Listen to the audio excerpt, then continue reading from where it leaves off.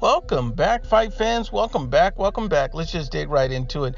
Gennady Golovkin stopped Steve Rolls in the fourth round. We didn't learn anything different tonight about Gennady Golovkin than we did ever before. We know Triple G is a very special and elite level type of fighter.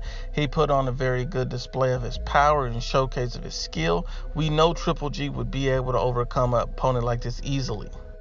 Steve Rolls looked, fearful of Triple G. He was out of his depth from the opening bell. He was just not ready for a fighter at this level. Steve Rolls had never faced a fighter in the top 10. And the fact that Triple G, needed a tune-up, a showcase fight to knock off the cobwebs, to implement new things from a new trainer, it all made sense. Triple G was digging to the body early. Triple G was just looking to get things right and acclimated and going. I do find it interesting that Triple G calls out Canelo Alvarez and basically, puts him on notice that, hey, I want that trilogy right away. I'm ready for that fight. Let's get it done.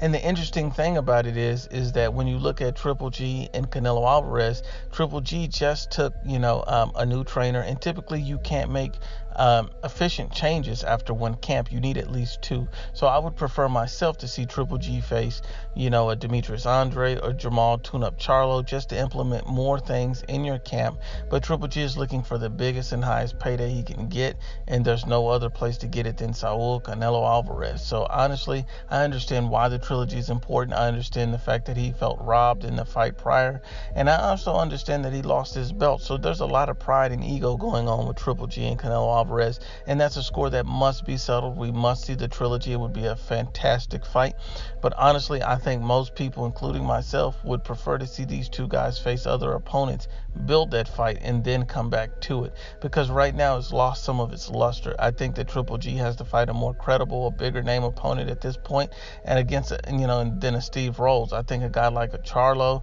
I think a guy like a Demetrius Andre, I think those two guys would be great opponents for him, other than Canelo immediately.